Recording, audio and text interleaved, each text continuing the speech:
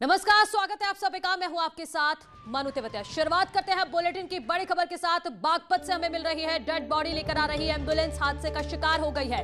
तालाब में डूब गई है ये एम्बुलेंस। रेस्क्यू कर जेसीबी और ट्रैक्टर की मदद से पुलिस ने निकाला है। डेड बॉडी लेकर महाराष्ट्र के सोलापुर से आ रहे 3 लोगों को बचाया गया है। सोलापुर से शामली जा रही थी एम्बुलेंस। बागपत पुलिस ने सोशल मीडिया पर रेस्क्यू की कुछ तस्वीरें शेयर की हैं जो हम आपको दिखा रहे हैं। थाना चांदीनगर पुलिस ने एम्बुलेंस का रेस्क्यू किया है। तस्वीरें आपके सामने हैं। देखिए, सड़क हादसे में तालाब में डूब गई एम्बुलेंस और जिसके बाद पुलिस मौके पर पहुंची और उस एम्बुलेंस का रेस्क्यू किया गया है। 3 लोग इस एम्बुलेंस में सवार थे जिनको सकुशल यानी कि ठीक ठाक निकाल लिया गया है। तस्वीरें बागपत की हैं। सड़क हादसे में तालाब में डूब गई थी एम्बुलेंस। उसके बाद पुलिस को सूचना दी गई तो जेसीबी और ट्रैक्टर की मदद से एम्बुलेंस को बाहर निकाला गया। 3 लोग इस एम्बुलेंस में सवार थे जिनको बचा लिया गया है।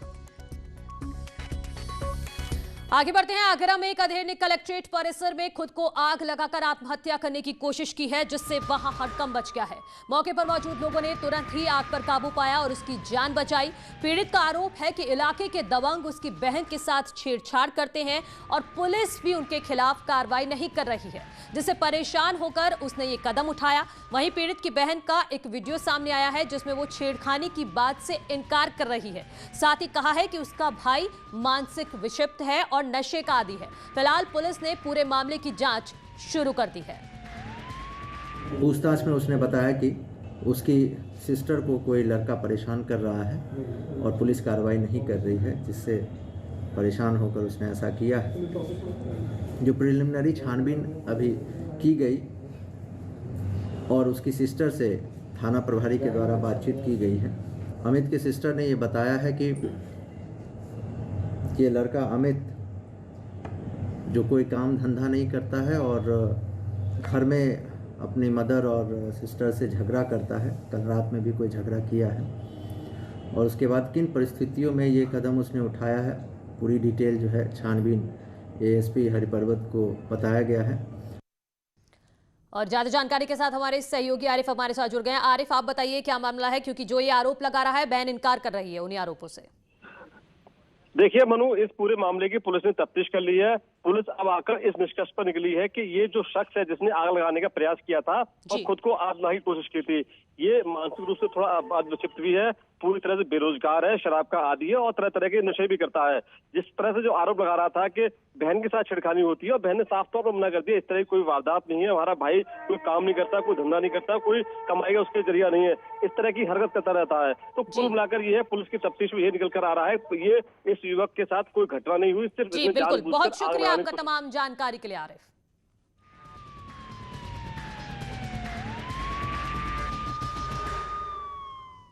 औरैया में कुचेला गांव में एक सनसनीखेज मामला सामने आया है, जहां पर मामूली विवाद में एक युवक ने अपनी पत्नी और सास की गोली मार दी है, जिससे पुलिस की पत्नी की मौके पर ही मौत हो गई है, जबकि सास की हालत गंभीर बनी हुई है। उसका इलाज चल रहा है। बताया जा रहा है कि आरोपी सौरभ का शादी के बाद ही अपनी पत्नी से विवाद चल रहा था, जिसके चलते उस पर दहेज का मामला भी दर्ज है। कल भी दोनों के बीच किसी बात को लेकर विवाद हुआ, जिसके बाद गुस्से में सौरभ ने अपनी पत्नी और सास को गोली मार दी। वारदात से गांव में सनसनी फैल गई है। मौके पर पहुंची पुलिस ने मामले की जांच शुरू की है और पुलिस का यह कहना है कि आरोपी को जल्द ही गिरफ्तार कर लिया जाएगा। फील्ड यूनिट की टीम और अन्य टीमों द्वारा साक्ष्य संकलन की कार्रवाई की गई है। जानकारी ये प्राप्त हुई है कि मोहिनी का विवाह 3 वर्ष पूर्व सौरभ नाम के एक लड़के से हुआ था और आज सौरभ आया है और उसने इस घटना को कारित किया है। अभियुक्त की तलाश में टीमें लगी हुई हैं और जो उनके संभावित लोकेशन है उस पर लगातार दबिश दी जा रही है। और हमारे सहयोगी रवि तिवारी हमारे साथ जुड़ गए हैं। रवि, बताइए क्या अपडेट है, क्या आरोपी को पकड़ लिया गया है?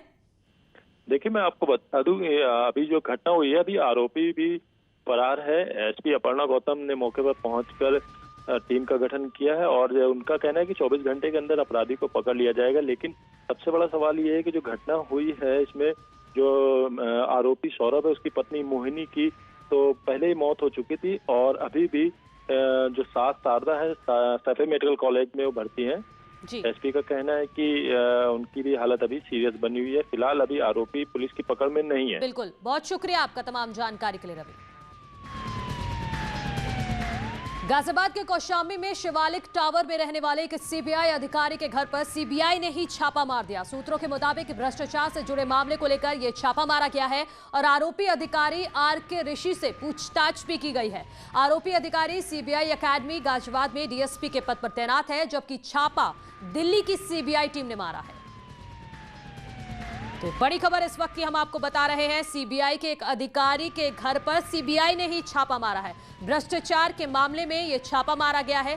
दिल्ली की तरफ से टीम पहुंची थी और गाजियाबाद में यह छापा पड़ा है। सीबीआई अधिकारी के घर पर छापा मारा गया है। सीबीआई की तरफ से गाजियाबाद में छापा पड़ा है। दिल्ली की टीम पहुंची हुई है। सीबीआई अकेडमी में डीएसपी है यह अधिकारी, जिसके घर पर यह छापा पड़ा है। दिल्ली की सीबीआई टीम ने गाजियाबाद पहुंचकर सीबीआई अधिकारी के घर पर छापा मारा है। ज्यादा जानकारी के साथ हमारे सहयोगी अमित हमारे साथ जुड़ गए हैं। अमित, बताइए क्या खबर है?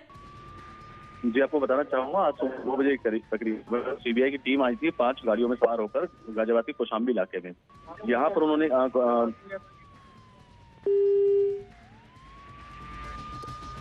अमित का कनेक्शन फिलहाल टूट गया है, लेकिन अभी जुड़ेंगे दोबारा और कोशिश करेंगे इस खबर पर ज्यादा जानकारी लेने की। लेकिन ये बड़ी खबर हम आपको बता रहे हैं। फिलहाल हम आगे बढ़ेंगे। गाजियाबाद से एक और खबर है, उसका रुख कर लेते हैं। उखलारसी गांव में एक ही परिवार के 4 लोग बेहोशी की हालत में पड़े मिलने से गांव में हड़कंप मच गया है।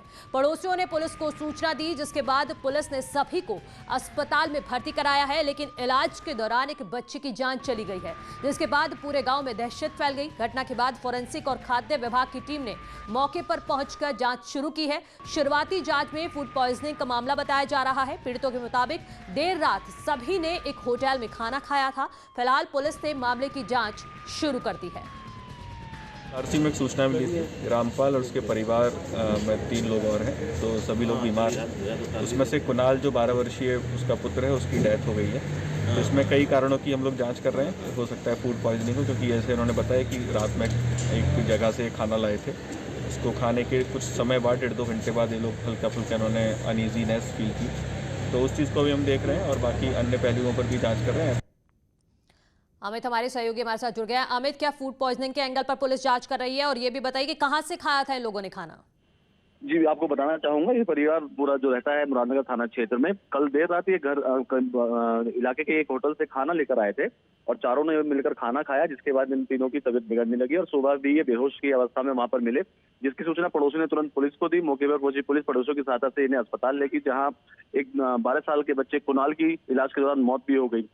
जो पूछताछ में सामने आया अभी तक, जो पीड़ित है उसका ये कहना है कि वो बाहर होटल से खाना लेकर आया था, उसके बाद से उसकी हालत हुई है। तो ऐसे में फोरेंसिक टीम और जो खाद्य विभाग की टीम है वो भी मौके पर पहुंच गई है और उसका सैंपलिंग की जा रही है। उसके बाद ही आगे की कार्रवाई करने की बात कही जा रही है। जी, बहुत शुक्रिया अमित आपका तमाम जानकारी के लिए। आगे बढ़ते हैं। दिल्ली आगरा एक्सप्रेस वे पर बदमाशों ने ललितपुर से वृंदावन जा रही एक स्कॉर्पियो कार को लूट लिया। पीड़ित परिवार बिना नंबर की नई स्कॉर्पियो कार से वृंदावन मरीज को देखने जा रहा था, तभी एक सफेद कार से आए बदमाशों ने हथियारों के दम पर कार लूट ली। साथ ही मोबाइल भी लूट लिया इन लोगों का। कार में एटीएम कार्ड और 3000 नकदी भी थी। बदमाशों ने खुद को पुलिस बताकर दिन दहाड़े कार लूट ली है, जिससे पीड़ित हैरान है। पुलिस ने मामले के खुलासे के लिए कई टीमें लगाई हैं। और वो ये कह रहे थे कि हम पुलिस वाले हैं और हमें जानकारी मिली है कि आपके मतलब गाड़ी में अवैध हथियार है, इसलिए हमने गाड़ी रोकी।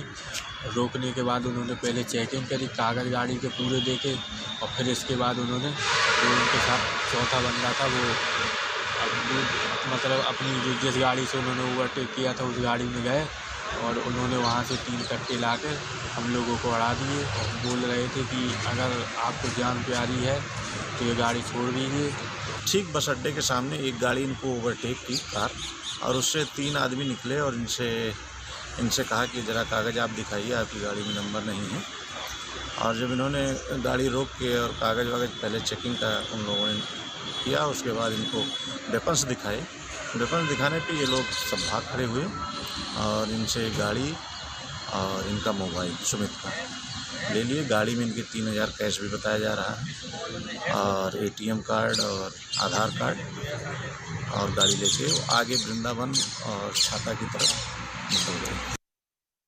कानपुर पुलिस ने जाली स्टैम्प पेपर और फर्जी टिकट बनाने वाले गैंग का भंडाफोड़ किया है। पुलिस ने गिरोह के 2 सदस्यों को 5.5 लाख के फर्जी स्टैम्प और टिकट के साथ गिरफ्तार किया है। पूछताछ के दौरान आरोपियों ने बताया कि इनका गिरोह पश्चिम बंगाल, बिहार, यूपी समेत कई शहरों में फैला हुआ है। ये लोग पटना, कोलकाता, भागलपुर जैसे शहरों से पुराने इस्तेमाल किए स्टैंप खरीदते हैं और उसकी लिखाई को ब्लीचिंग की मदद से साफ कर दोबारा इसे बेच देते हैं।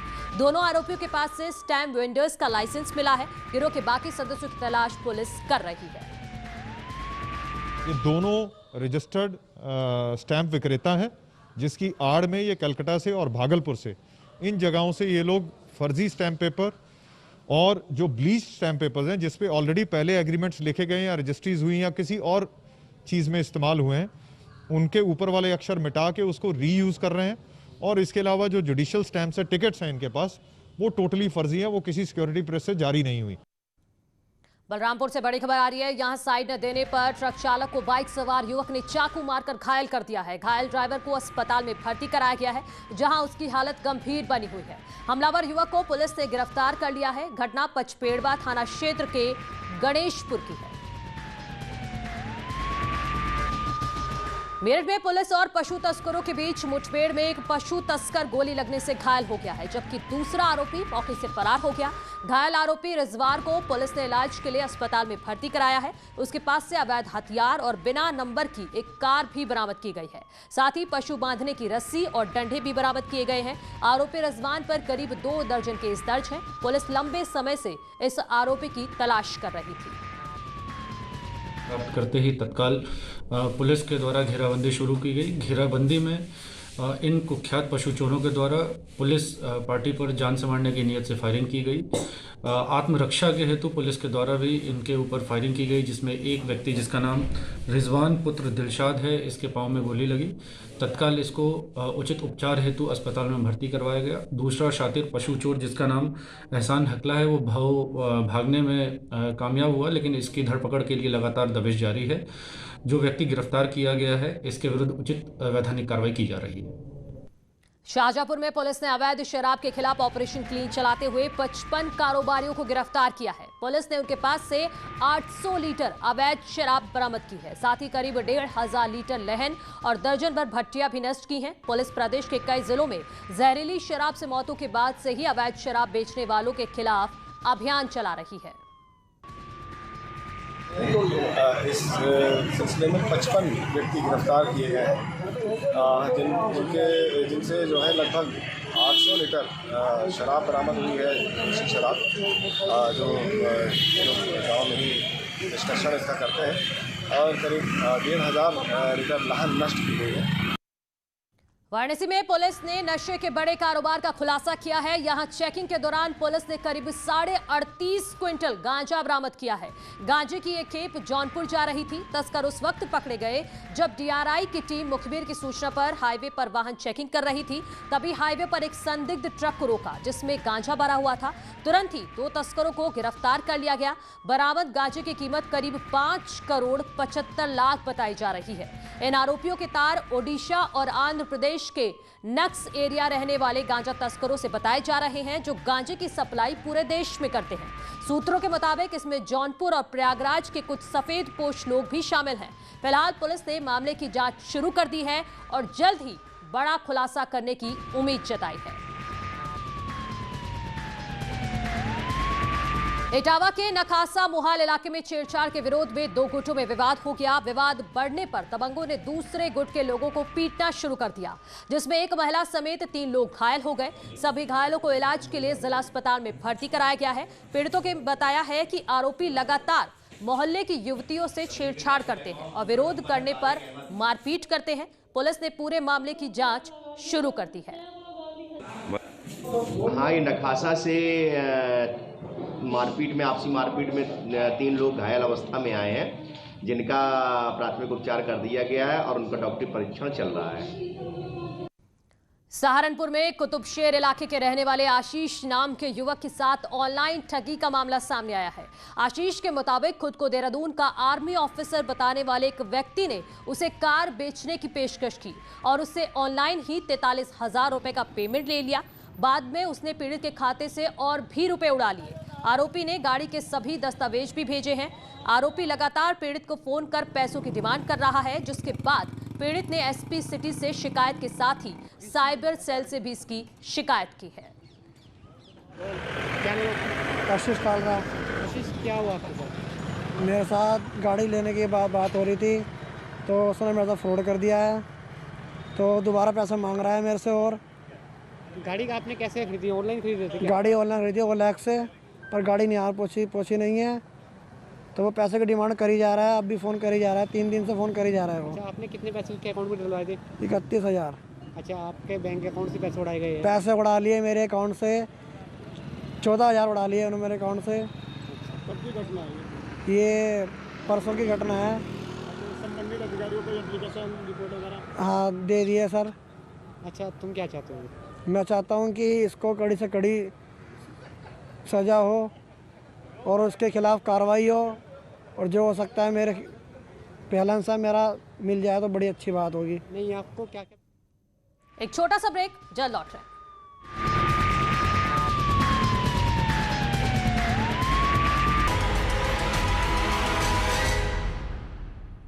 ब्रेक के बाद स्वागत है आप सभी का। आत्मनिर्भरता की ओर बढ़ने की भारतीयों में एक स्वाभाविक क्षमता होती है। इसका सीधा रिश्ता आत्मसम्मान और स्वावलंबन से है। नेटवर्क 18 की पहल स्वाभिमान भारत प्रेजेंटेड बाय ITC ने देश भर से ऐसी कहानियों को चुना है जिनमें बिना किसी सरकारी मदद के अपनी समस्याओं को लोगों ने खुद सुलझाया है। ये कहानियां हैं नए नए प्रयोगों और स्वनिर्भरता की, जो हमें एक राष्ट्र के तौर पर परिभाषित करती हैं। ये छोटे से गांव के एक प्राइमरी शिक्षक की कहानी है जिसका नाम विश्व स्तर पर सुर्खियों में रहा है।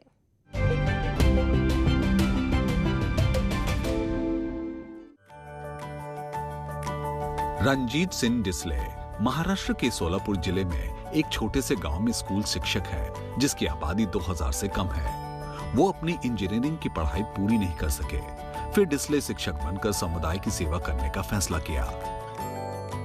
I have made some QR codes on each and every textbook. So when the students scan those QR codes, he or she gets the personalized and well-curated content for himself. Considering his style of learning, I change the content at the back end. So this is how I make their learning personalized. They can challenge themselves. They are not competitors of others. Technology is helping me to bridge that gap between students living in villages and students in cities. 32 साल के शिक्षक को हाल ही में उस समय प्रसिद्धि मिली जब उन्हें $1 मिलियन के ग्लोबल टीचर प्राइज 2020 के लिए चुना गया। The Global Teacher Prize 2020 is Ranjit Desale from India. Ranjit Singh Disale स्वाभिमान की राह पर चलकर भारत और दुनिया को शिक्षित करने में जुटे हैं।